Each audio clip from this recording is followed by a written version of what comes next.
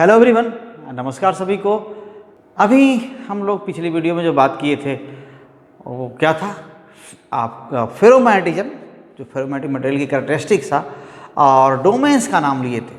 हालांकि उसका कुछ फिगर तो नहीं बनाए थे, लेकिन अभी हम उसका थोड़ा सा एक फिगर भी बनाएंगे कि आप ये डोमेन किस तरह का दिखना चाहिए या अपीयरेंस क्या है, डोमेन का क्या शेप है। एक तो ये, दूसरी बात यहाँ पर एक चीज़ लिख दिया गया है, फेरोमैग्नेटिज्म का ये पार्ट है फेज ट्रांजिशन। तो फेज बदलना, कुछ टेम्परेचर के साथ जो डोमेन स्ट्रक्चर है वो डिसइंटीग्रेट होता है, जो फेरोमैग्नेटिक बिहेवियर है मटेरियल का वो अल्टर करता है, वो चेंज होता है, वो स्कैटर हो जाएगा। ये जो कई एटम्स मिलके एक डोमेन बना हुआ, ग्रुप बना हुआ है, हर ग्रुप का अपना अपना डाइपोल मोमेंट है, वो डिसइंटीग्रेट कर जाता है। तो वो एक तरह से पैरामैग्नेटिक बिहेवियर शो करने लगता है। यानी डोमेन स्ट्रक्चर, हर एटम का अपना अपना डाइपोल मोमेंट तब भी रहता है, लेकिन डोमेन स्ट्रक्चर डिस्ट्रॉय हो जाता है और इंडिविजुअल एटम्स क्या होते हैं, रैंडमली ओरिएंट हो जाते हैं डिफरेंट डायरेक्शंस में। तो इसको हम पैरामैग्नेटिक बिहेवियर बोलते हैं। तो चलिए इस पर हम बात करते हैं। इससे पहले आपसे रिक्वेस्ट है कि अगर आप चैनल पर नए हैं तो चैनल को सब्सक्राइब जरूर कर लीजिए, और भी वीडियो आने वाले हैं। और अगर पहले से आप चैनल से जुड़े हुए हैं तो आप वीडियोस को शेयर करिए, पूरी तरह देखा करिए और अपने सुझाव हमारे तक जरूर भेजिए। इससे हमें थोड़ी हेल्प मिलेगी और अच्छा करने की। तो आप ज़रूर साथ बने रहिए और वीडियोस को शेयर करिए और चैनल सब्सक्राइब करिए। जो हम एक इमेजिन करते हैं मटेरियल पीस का कि ये स्ट्रक्चर कैसा होता है, मान लेते हैं कि ये जो पीस है एक फेरोमैग्नेटिक मटेरियल का, तो उसमें क्या है कि जो डोमेन, कुछ दूर के एटम्स क्या होते हैं, ऐसे ही कुछ इस तरह का, जैसे कभी देखते हैं ना रूफ टॉप में, और कुछ ऐसा क्या होता है कि वहाँ पर क्रैक्स हो जाते हैं ना, जो सीमेंट वगैरह के प्लास्टर्स होते हैं वो उसमें कुछ ऐसा लगता है कि ये इस तरह का, ठीक। इसको आप आराम से भी देख लीजिए, छोटा सा वीडियो, उसमें आप इसको थोड़ा विजुअली एक इमेजिन करिए कि ऐसा ये डोमेन स्ट्रक्चर हो सकता है। तो इस वीडियो को देखिए, ये जो आपको कुछ लाइंस और ऐसे शेप्स दिख रहे हैं, वो जैसे कुछ वैसा ही इमेजिन करिए। हम नहीं करें कोई एग्जैक्ट चीज़ है, लेकिन कुछ वैसा इमेजिन करिए कि ये डोमेन्स कुछ इस तरह की दिखती होंगी और उनकी बाउंड्रीज डोमेन की ऐसी दिखती होंगी जैसा कि आप ये प्लास्टर वगैरह में क्रैक्स देखते हैं। तो देखा आपने, ये यहाँ पर आपने जैसा देखा क्या स्ट्रक्चर था, इस तरह का जैसे अपीयर हो रहा था ना कि यहाँ ये इस तरह का कुछ बना है, ऐसे स्ट्रक्चर है, ठीक है, इस तरह। तो ये क्या बनाया है, डोमेन से।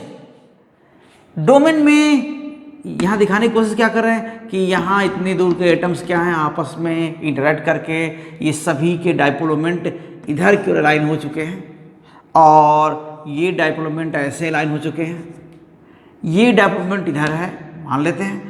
ये रैंडम ओरिएंटेशन है। अगर एक्सटर्नल फील्ड बी क्या है, 0, ठीक है, ये अगर 0 है तो ऐसा रैंडम ओरिएंटेशन है।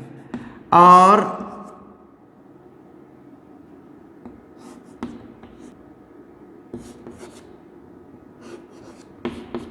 कुछ इस तरह। तो हर डोमेन के जो एटम्स हैं, इसमें इस तरह हो सकता है कि हर डोमेन के जो एटम्स हैं वो एक और अलाइंड हैं, तो हर डोमेन का अपना डाइपोल मोमेंट है। तो ये जो एरोस क्या दिखा रहे हैं, एक एक डोमेन का अपना डाइपोल मोमेंट है। सो नेट डाइपोल मोमेंट 0 है यहाँ पर। लेकिन अगर फील्ड नॉन जीरो है, B naught is non zero and this is stronger field here, so ये डोमेन स्ट्रक्चर आपका वैसा ही नहीं रहेगा। क्या हो जाएगा, ये थोड़ा सा बदल करके ये लाइन हो जाएगा, ठीक है, और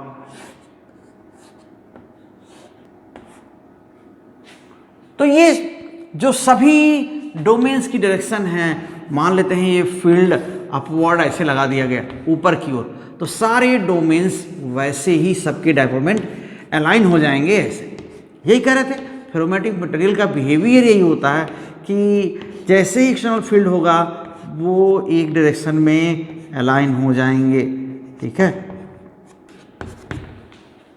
तो यहां पर क्या होगा, एक नेट डाइपोल मोमेंट पूरे पीस का होगा and this piece will behave like a magnet, ठीक है। तो ये मैग्नेट की तरह या मैग्नेटिक डाइपोल की तरह बिहेव करेगा। लेकिन टेम्परेचर बढ़ने के साथ क्या होता है, टेम्परेचर बढ़ने के साथ क्या होता है, ये जो एटम्स की एनर्जी बढ़ जाती है, रैंडमनेस बढ़ जाती है, तो ये धीरे धीरे क्या होते हैं, ग्रुप जो है वो ब्रेक हो जाता है। So with increasing temperature what happens, okay, so with increasing temperature, okay, increasing temperature, domain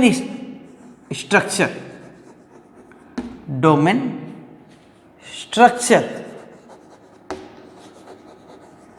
starts disintegrating,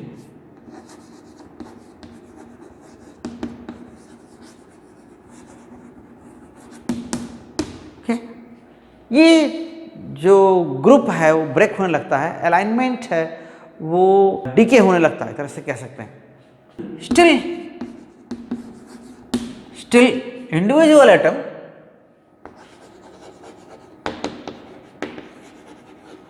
individual atoms have their own dipole moment,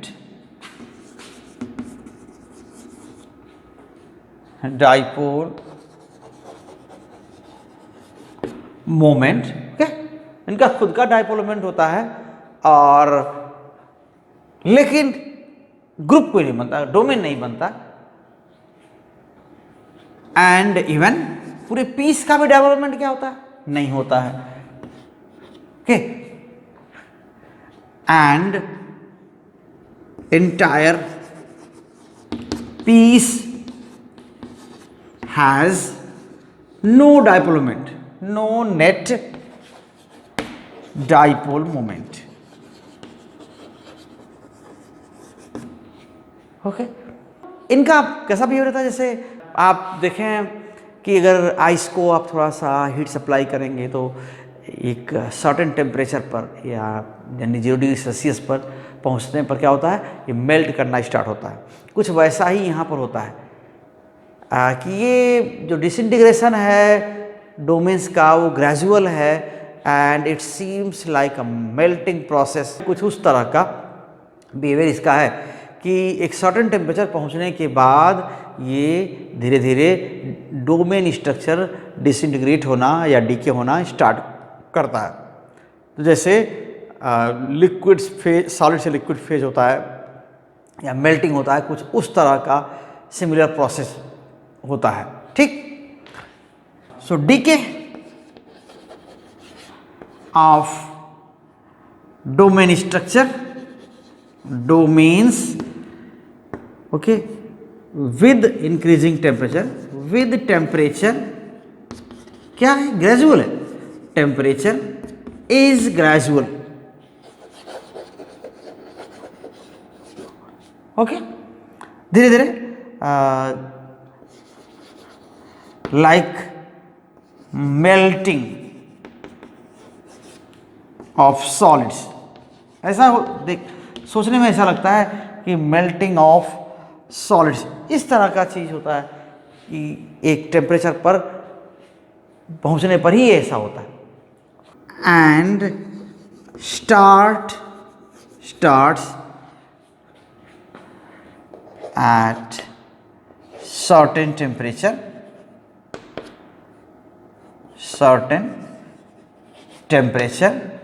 depending upon nature of material, है ना, depending upon nature of material,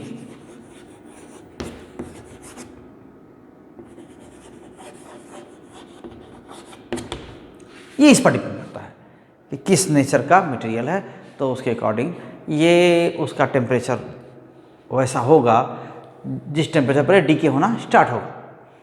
तो किस temperature पर ये पूरी तरह बदल जाता है, किसमें, पैरामेटिक बिहेवियर में। अल्टीमेटली पूरी तरह अगर डिसइंटीग्रेट हो गया ये डोमेन स्ट्रक्चर, तो ये पैरामेटिक मटेरियल की तरह बिहेव करने लगता है। तो पूरी तरह डिस्ट्रॉय होने के बाद ये पैरामेटिक मटेरियल की तरह बिहेव करता है। After complete disintegration, complete disintegration, ferromagnetic material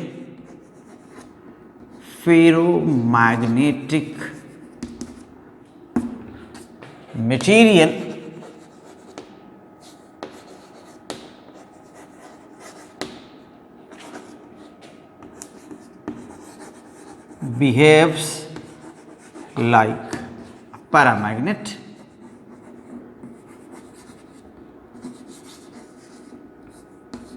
Okay. So ये एक सर्टेन टेम्परेचर के बाद ही होता है, तो इसको हम उस टेम्परेचर को क्या बोलते हैं, मटेरियल का क्यूरी टेम्परेचर बोलते हैं।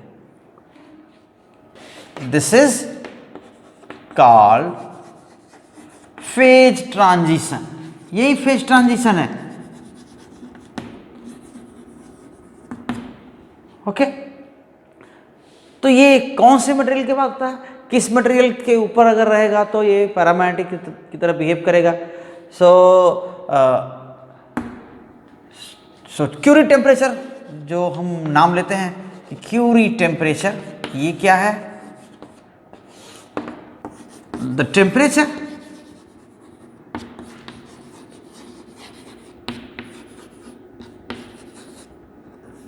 above which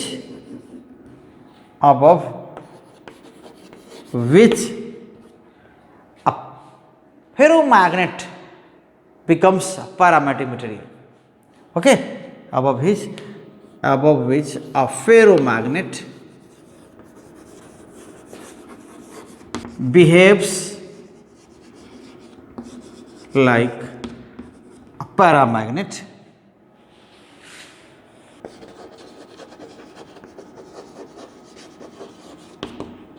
Is called Curie temperature. Okay.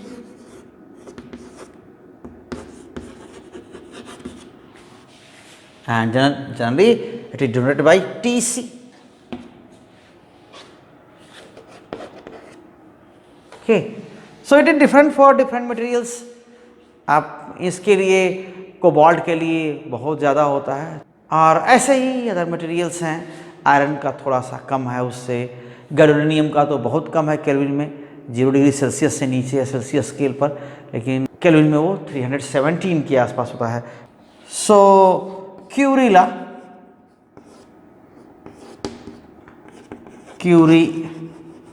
Law for the material can be written as, क्या लिख सकते हैं आप, chi and Curie constant, this is mu naught and T minus T C. So T C से ऊपर कितना temperature है उस पर डिपेंड करेगा, ये मैग्नेटिक ससेप्टिबिलिटी इस चीज़ पर डिपेंड करेगी। ठीक है, सो इससे ऊपर ये टेम्परेचर है, T temperature in kelvin. So T temperature और टी सी क्यूरी टेम्परेचर तो है ही है, आपको ये पता है। जनरली ऐसी केस में ये अगर हम क्यूरी टेम्परेचर से ऊपर ले जाएं, मटेरियल को गर्म करें, तो ये पूरी तरह फेरोमैग्नेटिक क्या करेगा, पैरामैग्नेटिक में बदल जाएगा या वैसा बिहेव करेगा।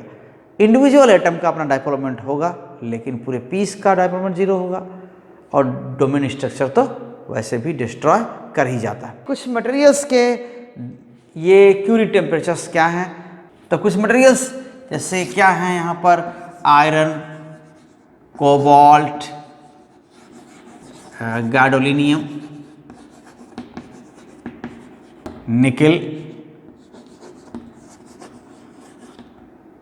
इनके हम टेम्परेचर से लिख सकते हैं। सो आयरन का क्यूरी टेम्परेचर ये केल्विन में है और ये है 1043 केल्विन। कोबाल्ट का कितना है 1394 केल्विन। गैडोलिनियम का है 317 केल्विन। निकल का है 631 केल्विन। तो ये बिहेवियर है इन मटेरियल्स का। तो एक पार्ट और अभी फेरोमैग्नेटिज्म में बचा हुआ है और वह है हिस्टेरेसिस। आप इसका नाम सुने होंगे या इसको हम BH कर्व कहते हैं कि मैग्नेटिक इंटेंसिटी H में इस फेरोमैग्नेटिक मटेरियल को रखने पर इसके अंदर का मैग्नेटिक फील्ड कैसे वेरी करता है H के साथ या एक्सटर्नल फील्ड के साथ इंटरनल फील्ड का वेरिएशन कैसा होता है, इसके बारे में हम पढ़ेंगे। तो इस वीडियो को हम यहीं रोकते हैं। उम्मीद करते हैं आपको समझ में आया होगा और फिर एक बार रिक्वेस्ट है कि आप वीडियो को शेयर करिए और लोगों तक पहुंचाइए और ख़ुद पूरा देखा करिए। So thank you very much. आप साथ बने रहिए। All the best.